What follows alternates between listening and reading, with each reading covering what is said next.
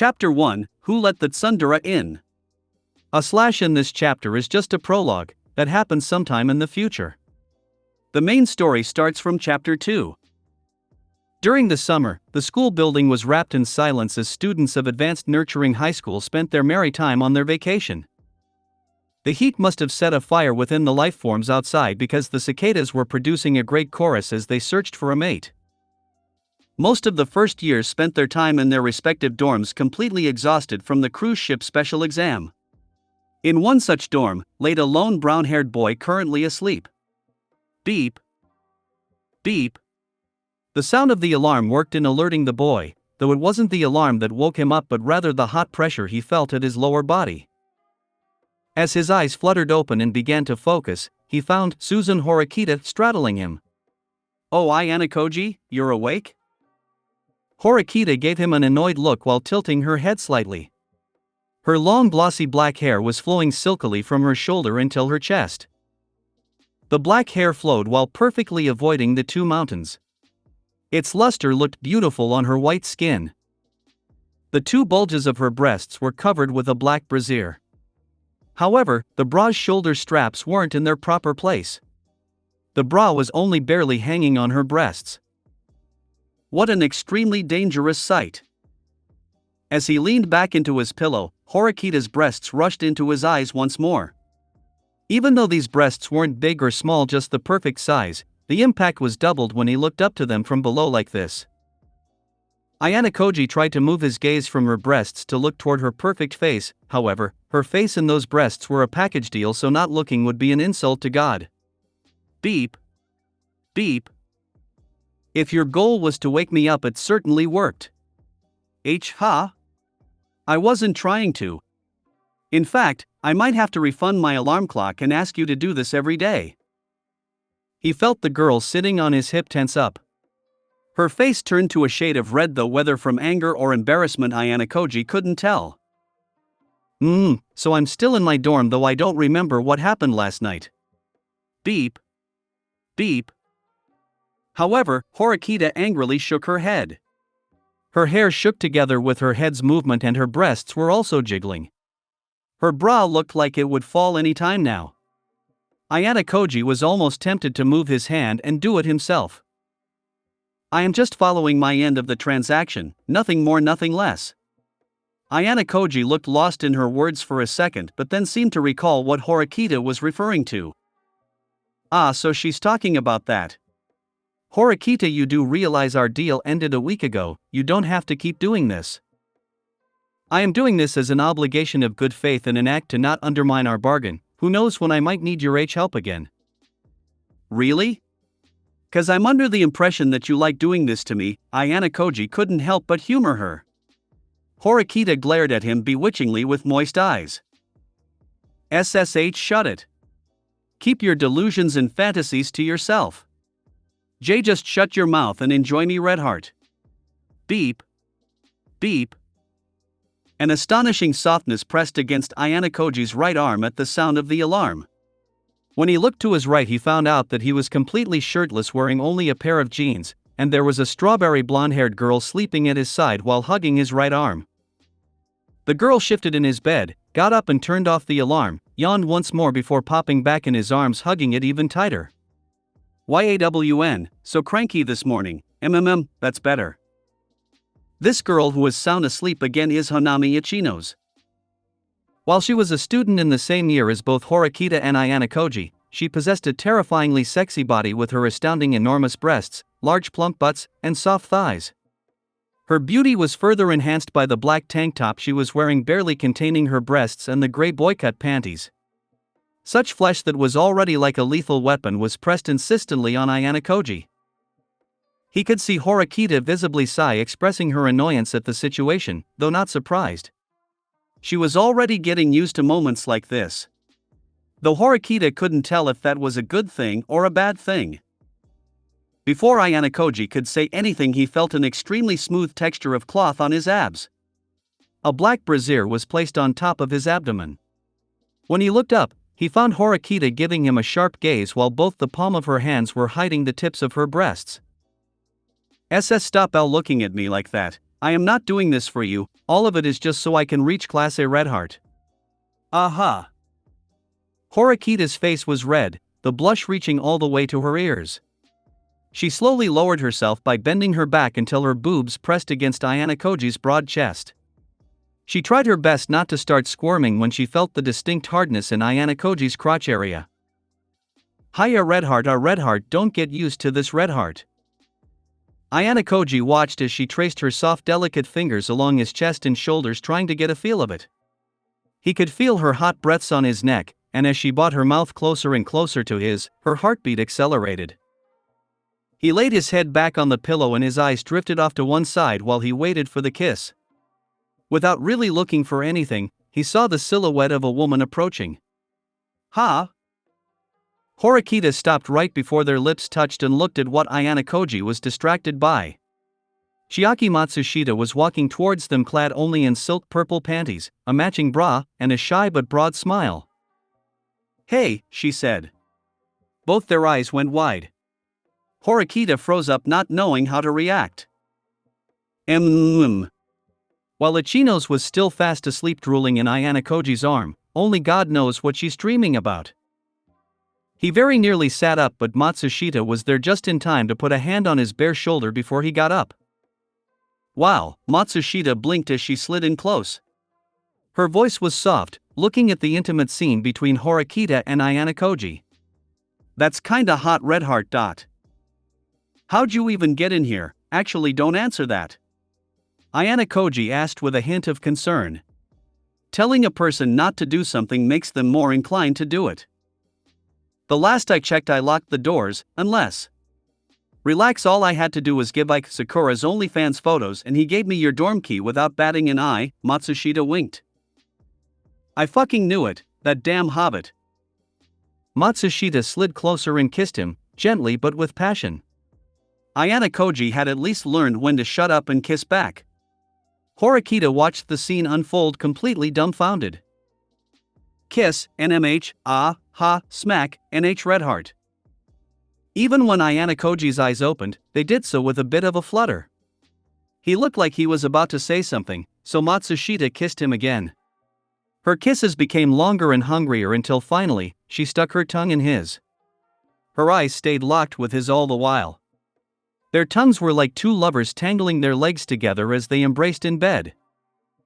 NH Redheart, suck Redheart, our Redheart, NH, kiss Redheart, I'm going to keep kissing you until you stop resisting Redheart, lick Redheart, slurp Redheart, suck Redheart, she grinned. Ayanokouji glanced down at the woman between his legs. She was sitting upright now and had a poker face, however her eyes burned with the intensity of 1,000 suns.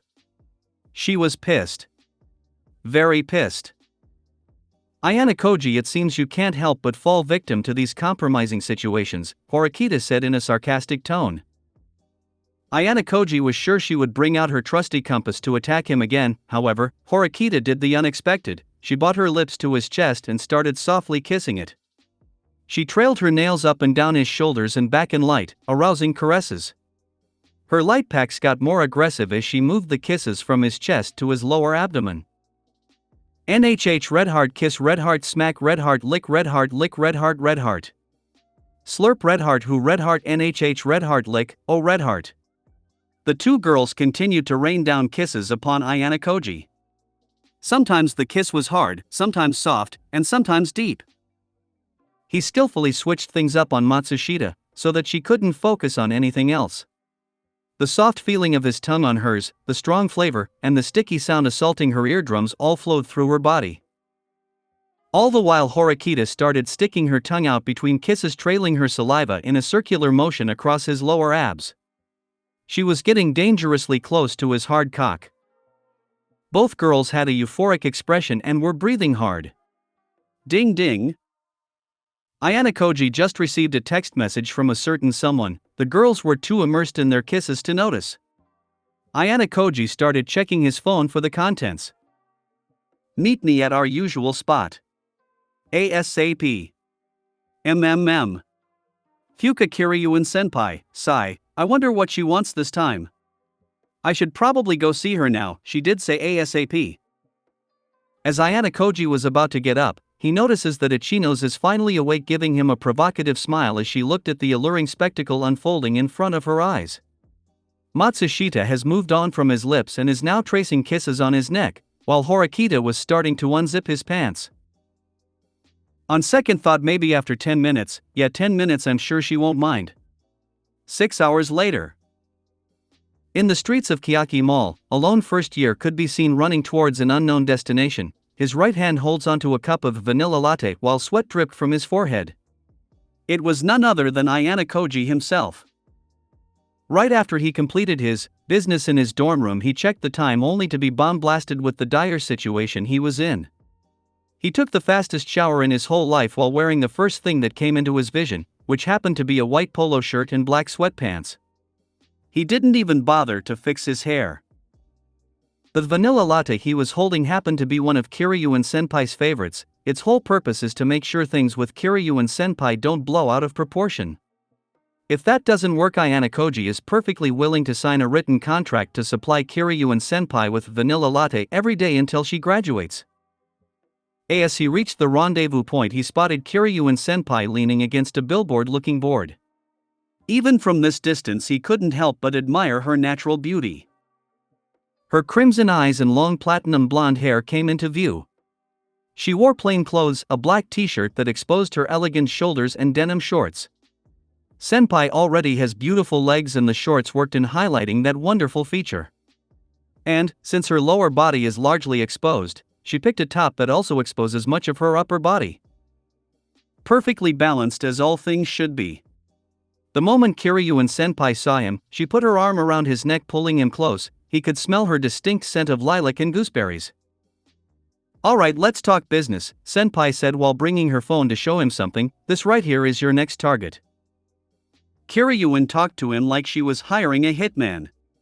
Senpai's phone contained a picture of a senior he saw a bunch of times around campus. The girl had a rough-looking waist-length chocolate brown hair that is adorned by a hairpin in the shape of a sunflower on the right side, along with 2 ordinary hair clips on the same side, and purple eyes. "Not this shit again. By target do you mean a dash?" "Yup, you are going to seduce her," Senpai exclaimed without hesitation and had a devilish smile planted on her face. Ayanokouji looked annoyed. He was more than used to this side of his senpai. However, it's her relentlessness that tires him down. Ayanokouji put both his hands in his pockets before putting some distance between him and Kiryuin. He stared at her with a look of contempt, however, that only seemed to further excite Kiryuin as her grin grew wider. "Come now, are you really staring at your wonderful senpai with such cold eyes? Alright, fine. I promise this is the last time." "That's what you said the last 6 times. And now you have 6 new members in your harem. Honestly, you should on your knees kissing my feet in gratitude, not act like Dwayne "The Rock" Johnson stole your lunch money." Once Kiryuin sets her mind to something, there is no stopping her. It's a shame she never uses it to do something productive. It's almost amazing, in fact. "Oh, just a heads up, this target is not like the rest. She comes with an unique complication," Kiryuin said while gazing at the billboard behind her with a rather diabolical smirk. There was a poster containing the words "Join the Student Council" along with the picture of a fair-skinned teenager with light blonde hair and light blue eyes. As far as Ayanokouji knows, that Class 2A's Nagamon next in line to be Student Council President. Someone like him has nothing to do with Ayanokouji, so he didn't think much about Kiryuin's odd behavior. He could tell Kiryuin was keeping him in the dark about something, but he rather let things play out. For now at least. "I will start on the target tomorrow," declared Ayanokouji as he waved Kiryuin goodbye, making his way back to the direction of his dorm. With his back turned towards her, his nose suddenly became intoxicated with the scent of lilac and gooseberries. Kiryuin had both her arms clasped around his neck, hugging him from behind. He could feel the soft sensations of her big breasts pressing against his upper back against the fabric of his shirt. Her hot breaths tingled his ears as she spoke. "You know, I planted a hidden mic in your room. I can still hear the girls moaning in my head. But seriously though, 6 hours of non-stop fucking. You never cease to amaze me," remarked Kiryuin with bewilderment as her left arm trails down his chest with no particular destination. She brought her lips closer to his ear to the point where it's basically touching. "Honestly, you make me feel so hot and bothered. However, contrary to Kiryuin revelations, Ayanokouji was perfectly calm, not even blushing at her actions. He just knows what kind of lady Kiryuin is, and it's a really bothersome type. Despite Kiryuin's outlandish conduct, she always looks out for him in her own way. She was one of the few people he could call a friend. That's the only reason he allows her ridiculous actions to continue. Ayanokouji sighed, "Okay, I'm back to picking up girls tomorrow, but she's the last one." "Of course, she is," Kiryuin said with a wink. "Did you just wink?" "No, I didn't wink wink." Ayanokouji walked away. He obviously had enough for one day. Despite all the daily migraines she gives him, he does like hanging out with her. Being with her is rather fun. She always manages to keep him on his feet. As he walked, he couldn't help but wonder if his fate would have been different if he hadn't met her that day. "I wonder if life would have been better if I never met her." He glanced behind to get one last look at her. Kiryuin had an evil grin as she drew a mustache on Nagamu's poster face using a marker. Yup, it would have been better. Definitely better. Chapter 2, Bus Ride Casanova. Ayanokouji POV. April. Ayanokouji rode the bus to his new school, bobbing and shaking in his seat. While he looked idly out his window, watching the city's scenery change, the bus picked up more and more passengers. Most of them were young people wearing high school uniforms. He was fortunate enough to have found a seat, but it was still crowded. The weather was especially fine today, not a single cloud in the sky. It was so refreshing that Ayanokouji almost fell asleep.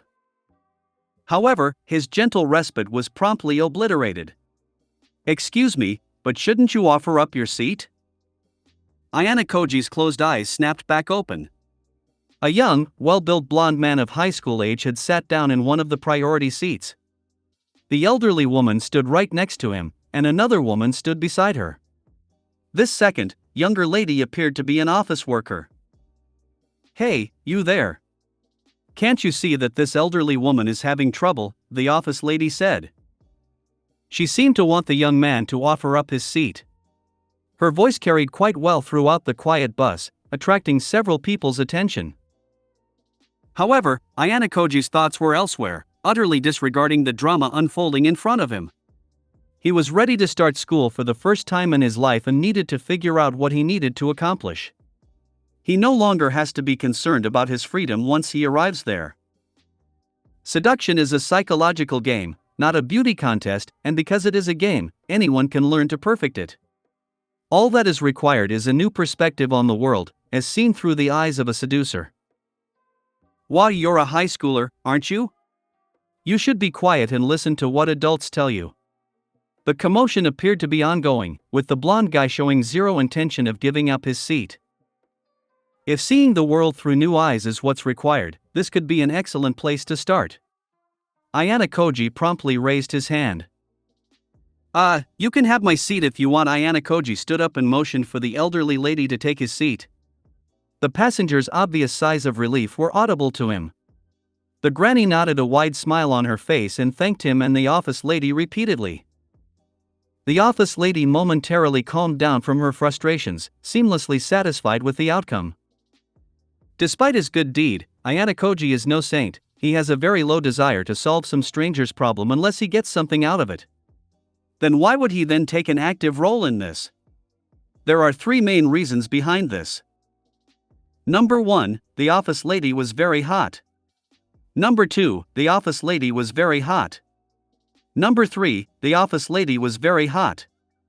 Important things must be repeated 3 times. If giving up his seat is what it takes to make a good impression on her, then so be it. It's a small price to pay. Better than dating a chick with an OnlyFans account. She had beautiful matte black hair flowing down her shoulders. Her face was sculpted with no imperfections, and she appeared to be in her early 30s. 25 if he had to guess. Her eyes were violet like the most beautiful jewel, with a small mole at the corner of her right eye. To finish it off, her body was incomparably voluptuous, her butt perking up against her tight skirt and black stockings that covered her heavenly thighs. Not only does she have a good impression of Ayanokouji since he helped her, but now he can use this situation as a conversation starter to work to his advantage. Not to mention, this is quite literally the first time he would be talking to a woman with the intent to flirt. He did his fair share of theoretical research but never anything practical. When he arrives at school, he won't be able to make any mistakes, so he'll use the lady as field practice. After all, even if he fails, he's unlikely to see her again, she's practically a stranger. Whatever way he looks at it, it's a win-win situation. He stretched his arms before noticing a beautiful girl with raven hair sitting next to him. She exuded maturity, and he could have mistaken her for a college student if she hadn't been wearing the same outfit as me. Her entire focus was on the book in her hand. She's either oblivious to the situation in front of her or has just chosen to disregard it. The girl had a "leave me alone" vibe radiating from her.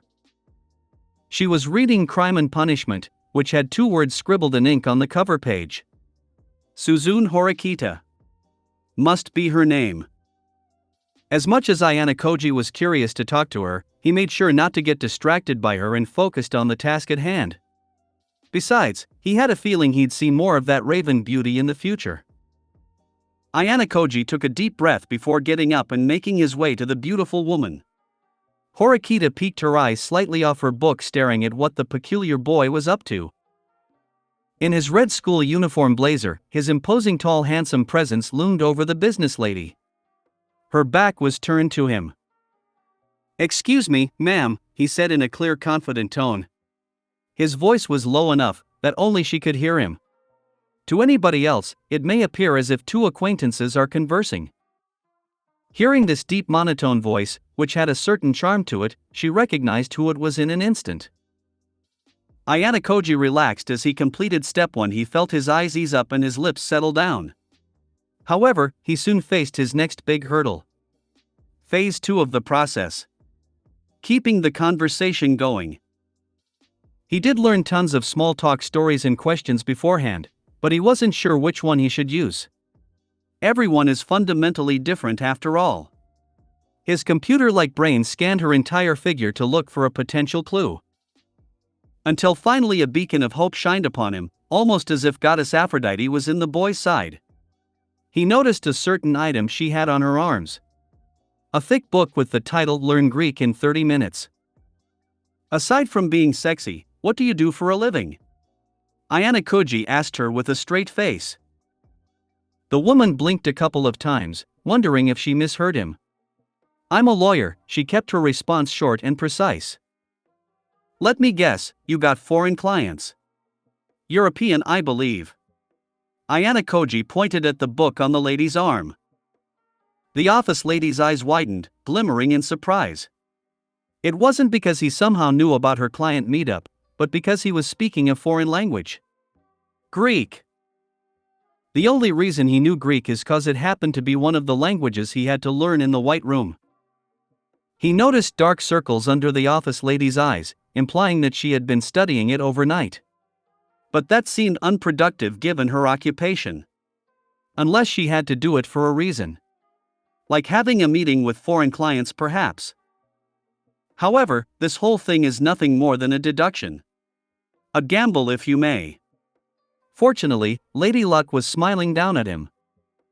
After a slight surprise, the office lady responded in Greek, "It is." Ayanokouji nodded. He went back to speaking English. "Well, good luck. I hope you got your do's and don'ts memorized. Those Greeks can be quite the hassle." Then he turned around and prepared to walk away. Most people would wonder why he was doing this. Wasn't his whole plan meant to seduce and woo her off her feet? On the contrary, this is where the game begins. Like a skilled fisherman, he placed the bait. All that's left is for her to get lured in. "Wait!" the office lady called out, right on cue. With graceful movements, Ayanokouji turned around. With the fish now caught, it's time for him to reel her in. "What did you mean by that?" Her attention was captured. "So far so good. You know, the basics. Like never getting them Turkish coffee." The office lady's eyebrows arched upwards. "And why's that?" Although they would never openly admit it. The Greeks and Turks have a clear animosity between them. No. Turk coffee. She retrieved a little notepad from her shirt pocket and began scribbling. She appeared to be sincere about her job. Anything else? Yup, if they greet you with 2 kisses on the cheeks, don't be weirded out. It's a customary greeting and they prefer it over shaking hands. The office lady nodded while continuing to take notes. Gotcha. You seem to know your stuff.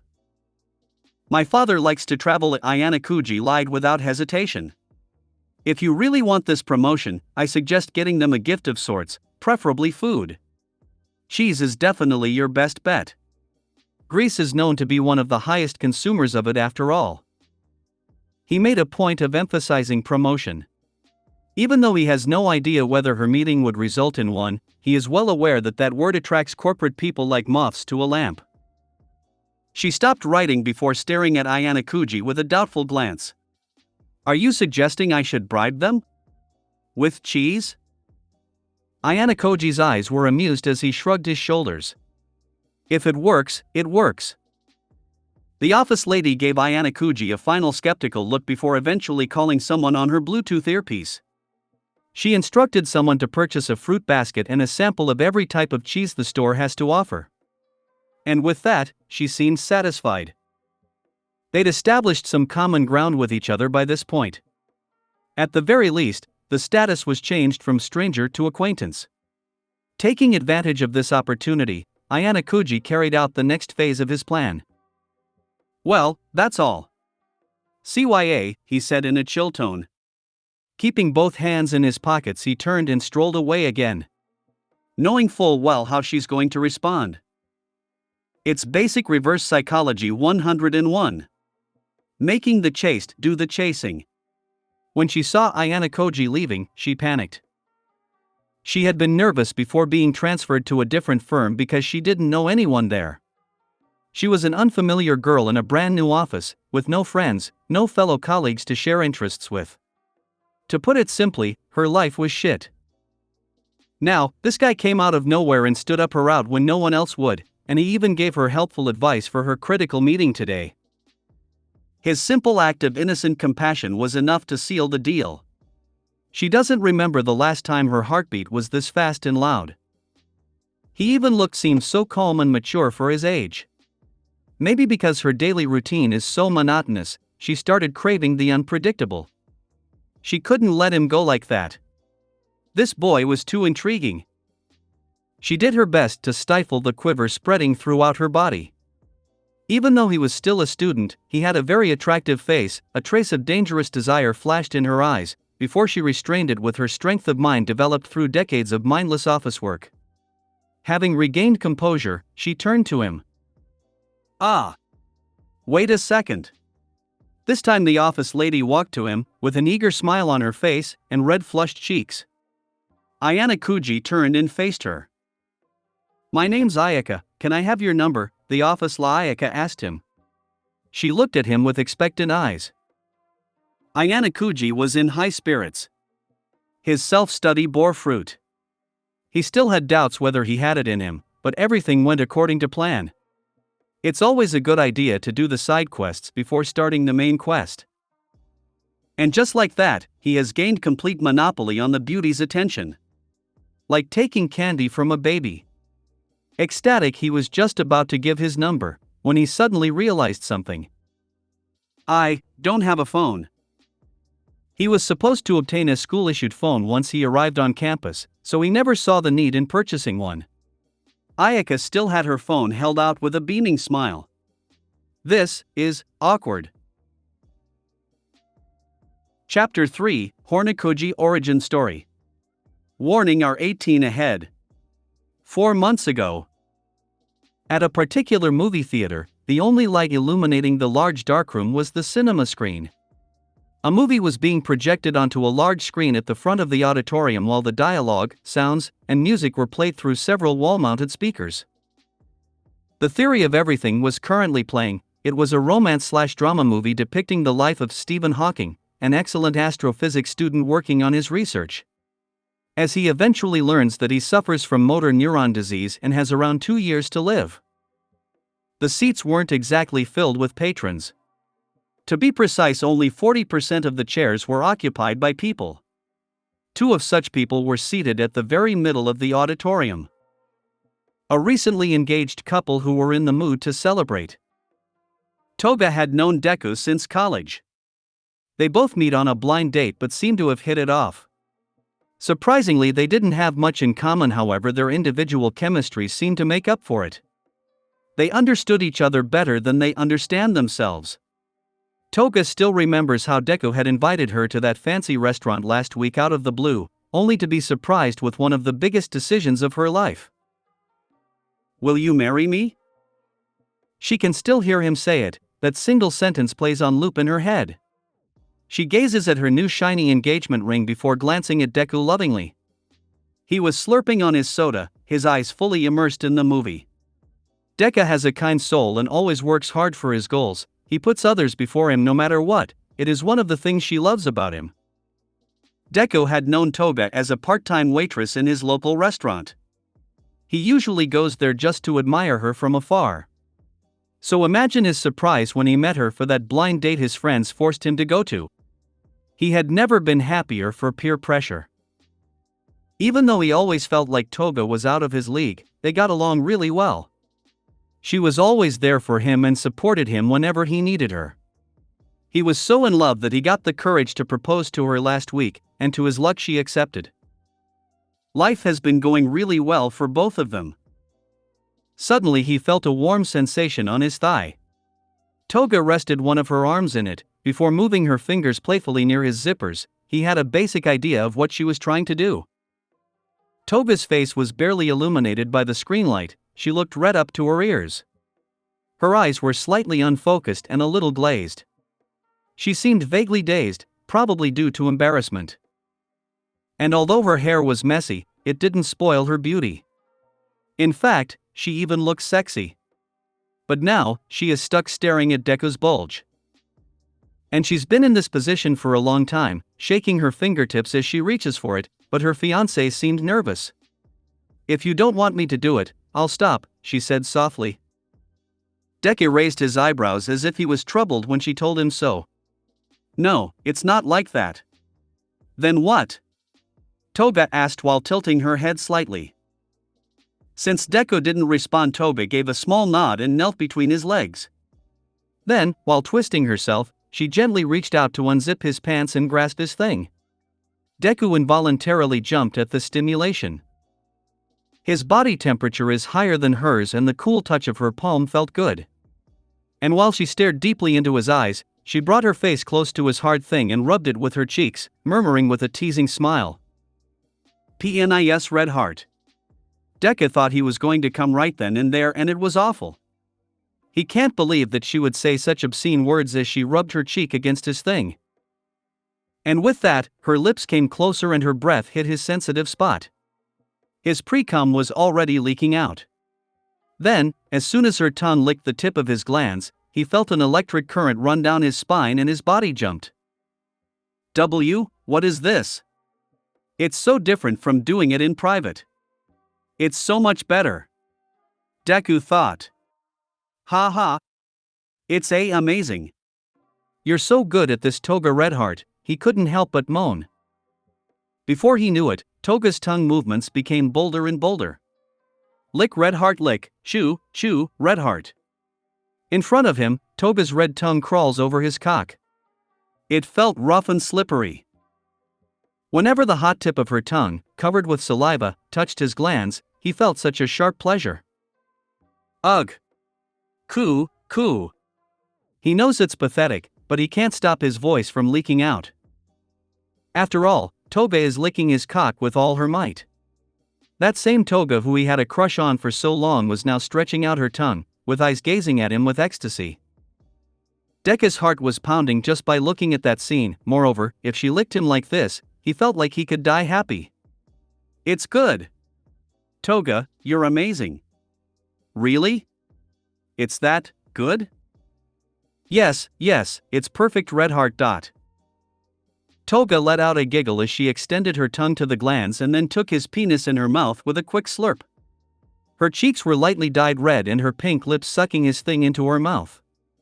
It was the first time Deku had ever experienced the inside of a mouth that was so warm and slimy. It was so comfortable that he felt as if the tip of his manhood would melt and disappear. Toga begins to move her face up and down while looking up and making eye contact with him. N red heart NNN. Chew, slurp red heart slurp red heart. Her cheeks puckered up and her lips pouting, while her face was flushed.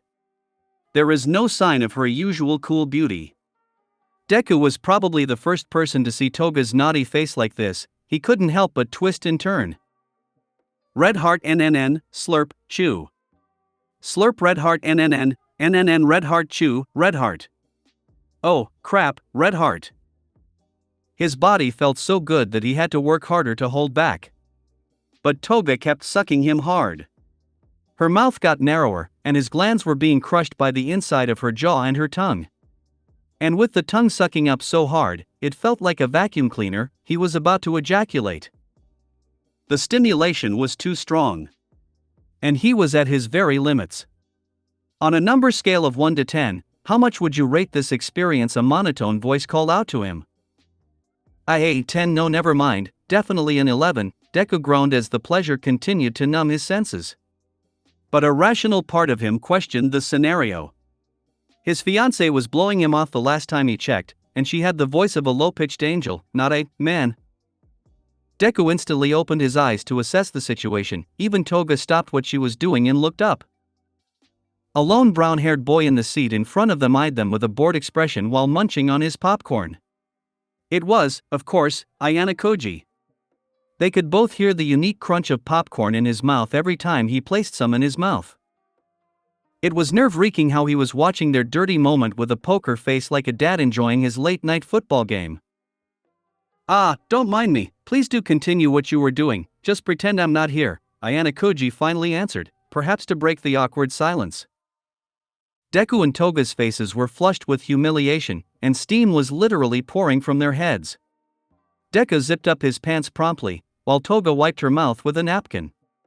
They both believed they were going to die of embarrassment. Deku held Toga's hand and tried to go without saying anything to Ayanokouji. Ayanokouji just shrugged his shoulders and looked on at the fleeting couple with a hint of disappointment. He looked at Toga's retreating back, his eyes traced to her but perking up and down as she moved, her thin waist and shapely thighs swaying back and forth as her long legs strut back to the exit. He suddenly had an impulse to steal her from the other guy, but that only lasted for a second before he made sure to bury the desire inside. Master Ayanokouji, how are you liking the movie theater so far? Matsuo, who was sitting next to Ayanokouji, came to a halt when he observed the young master was distracted. He looked at what his master was gazing at. A young couple was walking hand in hand towards to exit. This Matsuo understands, master is at that age after all. He's probably thinking of courting a young lady. Flattering her with flowers, opening the door for her, meeting her at the dead of night to sing her love poems and God forbid premarital handholding. I wonder what other gentlemanly and wholesome things he is thinking about. That chick's got such a poundable ass, thought Ayanokouji. Must be so nice to be young, this Matsuo could shed a tear or two. Master Ayanokouji is such a fine gentleman. Sex is not the answer. Sex is the question. Yes is the answer, mused Ayanokouji. There are many words that can be used to describe Ayanokouji. He's the magnum opus of the White Room, even worshipped by following generations. But he believes the word curiosity best describes him. He has always been an inquisitive child. The only reason he wants to go to ANHS is to experience freedom, even though he knows he will have to return to his former life after 3 years. Take his recent obsession for example. The only reason he suddenly got interested in being intimate with a girl was after seeing something he shouldn't have. There are stories where a kid would accidentally walk in on their parents having sex, only to be scarred for life by that imagery. Ayanokouji on the other hand had the luxury of finding a whole sex dungeon while wandering his father's mansion. Why does his father have an elaborate sex dungeon with various BDSM toys? Who knows? Ayanokouji isn't interested enough to investigate. Still, sex must be one hell of a dopamine drug if it makes his old man act this out of character. Well, he's on the outside, he might as well use this opportunity to hook up with a girl. Matsuo placed both arms on his shoulders before he could finish his thought. Matsuo couldn't handle the exhilaration any longer, and he was practically fangirling within. Master Ayanokouji, I know what you are thinking. Do you now? It's women, right? Matsuo said with a beaming smile. Ha! That's pretty spot on, Matsuo. Are you perhaps a mind reader? I also know what you are thinking of doing to them, he said with a wink. Okay, now you are creeping me out. Ayanokouji had always thought of his butler as a naive old man, far too optimistic to be working for his father. But to think that his intuition was spot on. Remember that school I told you about? Matsuo exclaimed with exaggerated movements. You can do everything you thought of over there. Ayanokouji blinked a couple of times, wondering if he perhaps misheard him. In fact, the school environment promotes such a development from happening. What kind of government-issued school promotes? Never mind, it's probably best to not think about it. When he looked around the theater, he noticed that the majority of the seats were empty. His bodyguards were present in every strategic corner in sharp black suits and sunglasses, watching his every move. Their role is not simply to keep Ayanokouji safe, but also there to restrict his movements if he acts outside his father's jurisdiction. Even in the outer world, all of his actions are regulated, and he is constantly watched. It would be challenging to pursue romance under these conditions. In the critically acclaimed film Shawshank Redemption, it took Dufresne approximately 19 years to tunnel out of prison and finally obtain freedom. Ayanokouji, however, has no desire to be that patient. If the school is as good as Matsuo claims, it would be preferable to just get laid there than here. Essentially killing two birds with one stone. For months, I suppose I could wait that long. On that very day, Horikoji manifested. Ayanokouji looked up and stared at the ceiling, constructing future plans for his inevitable admission to that school. Matsuo looked on, giving him his full blessing and support, completely oblivious to his master's dark desires. Present day. Ayaka POV. Ayaka, the office lady, peered at Ayanokouji with expectant eyes, her phone held out to him, signaling him to give her his phone number.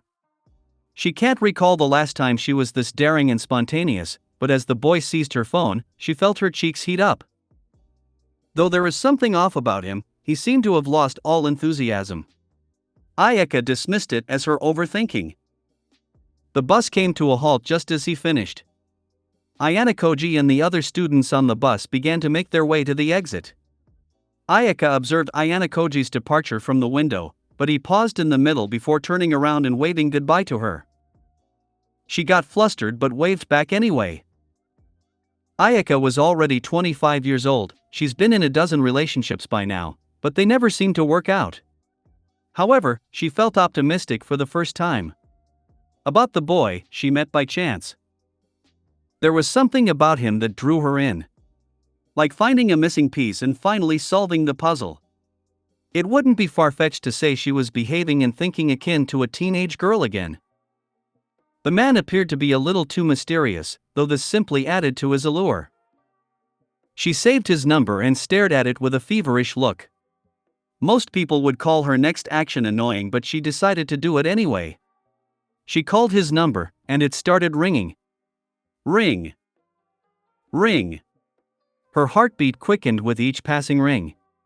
She found herself nervously twirling her hair around her index finger. Ring. Ring. Until finally, he received it. Hey! Ayaka internally cursed herself for sounding too excited. Taking a deep breath, her eyes sharpened as they filled with determination. Can't let this one get away. That's my future boyfriend. I mean hey. Ayaka coughed to clear her voice. Ayanokouji, I know we just talked, but I wanted to hear your voice again. Ma'am, this is Domino's Pizza, what can I get you? Ayaka frowned as she carefully lowered her phone and looked at the dialed number for a moment. That jerk gave me the wrong number.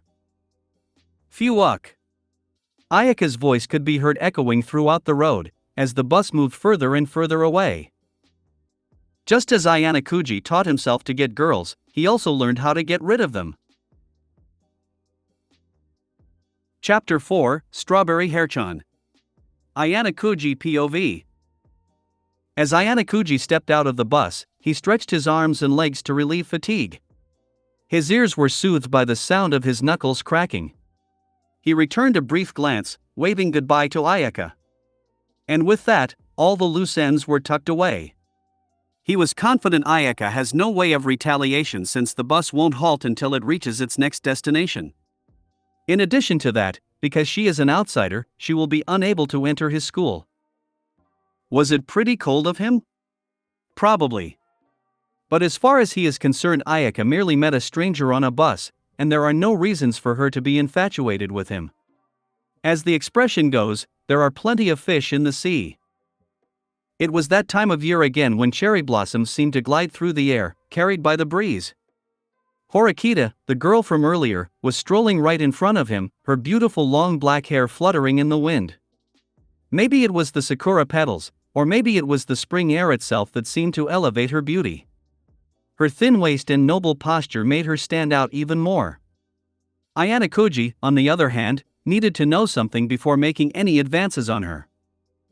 Wait. His voice caused Horikita to pause. She tilted her head slightly to look at the origin of the voice. You were looking at me at the bus, why? He asked. Horikita narrowed her eyes, perhaps perplexed as to why he had asked her such a question. The last I checked, it isn't a crime to look at someone. Also, how would you know I was looking at you if you weren't looking at me too? She seemed rather smug at her own remark, tossing her front hair with her right arm. Relax, I had no malice behind my question, I was simply interested. Ayanokouji paused as if pondering something.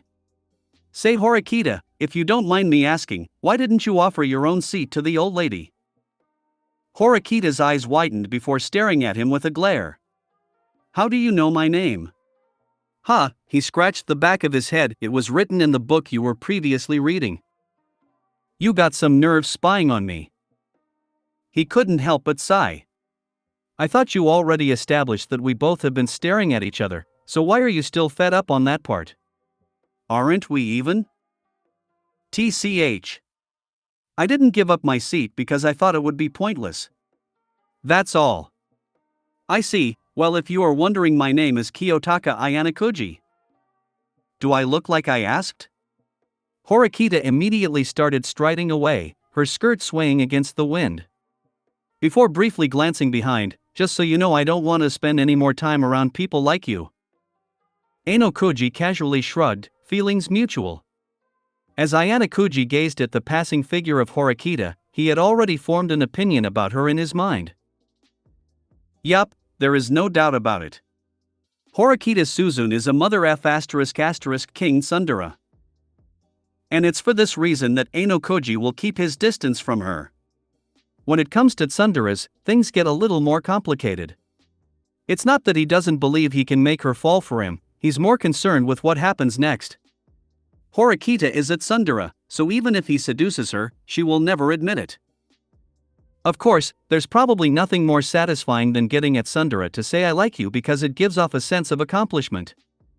However, Ayanokouji is seeking the quickest method to sleep with a girl, not the most fulfilling.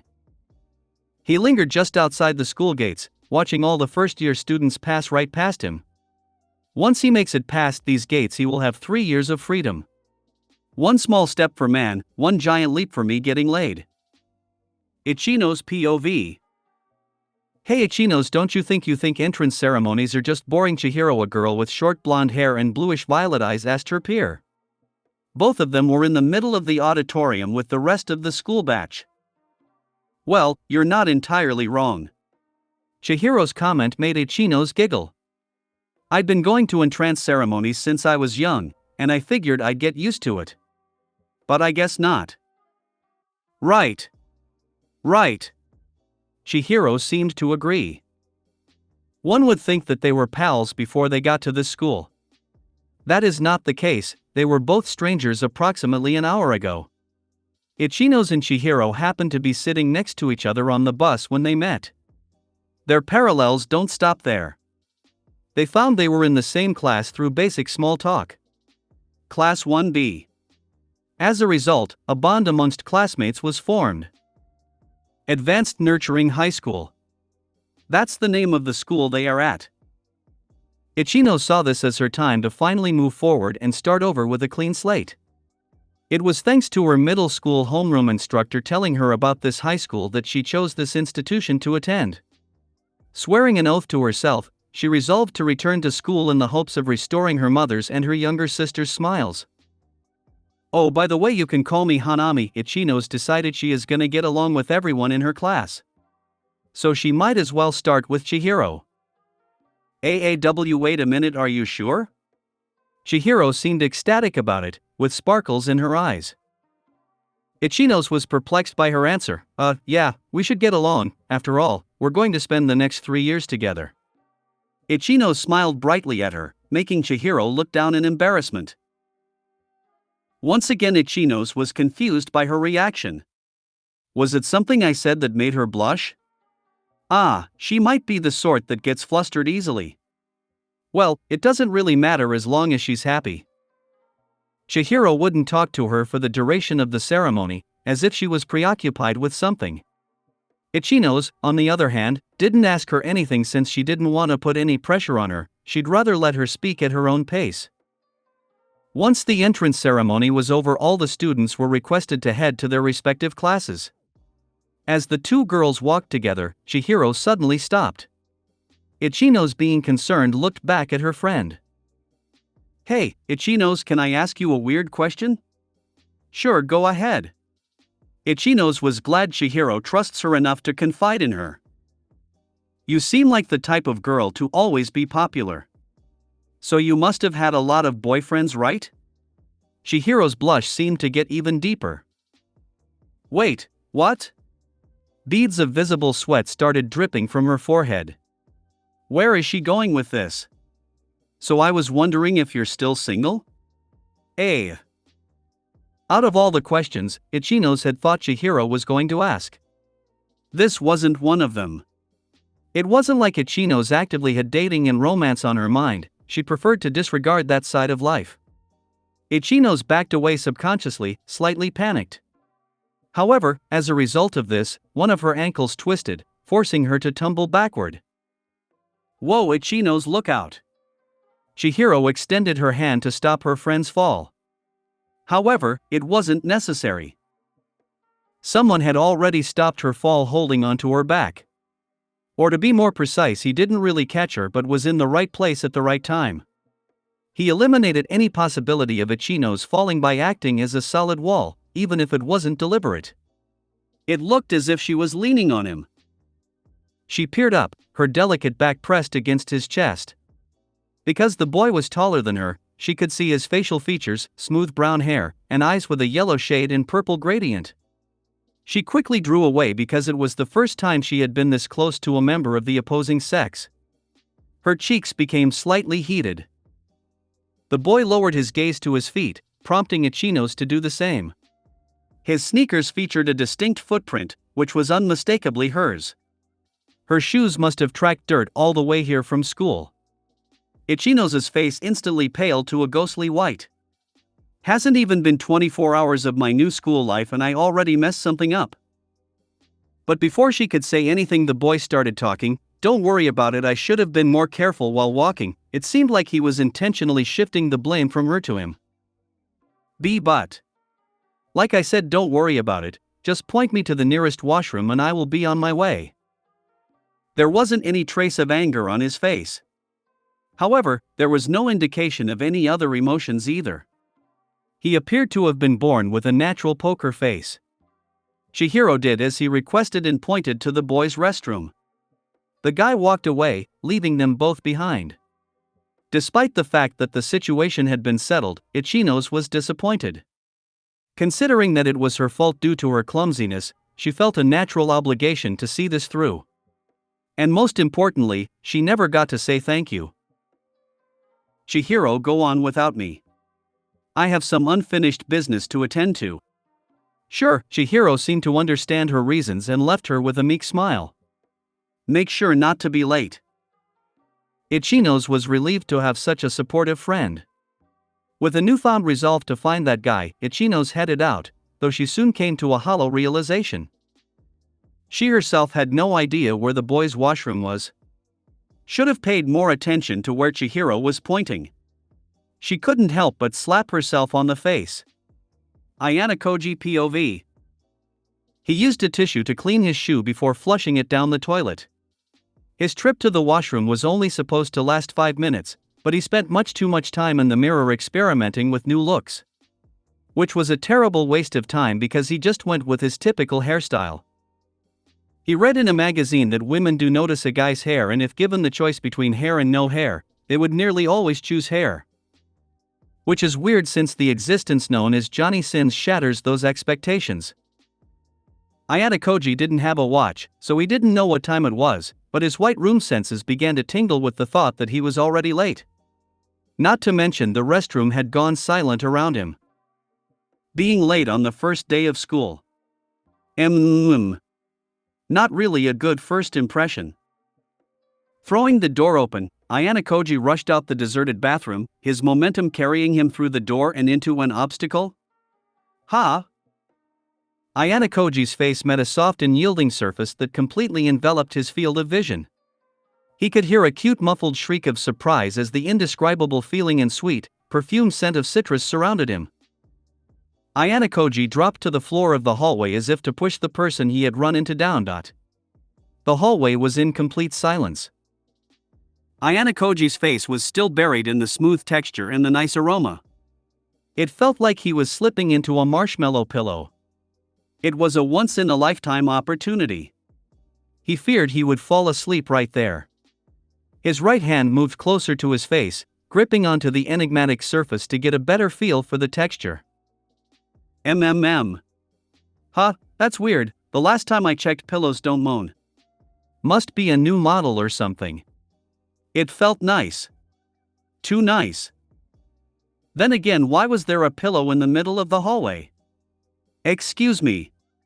Could you please move off of my chest now?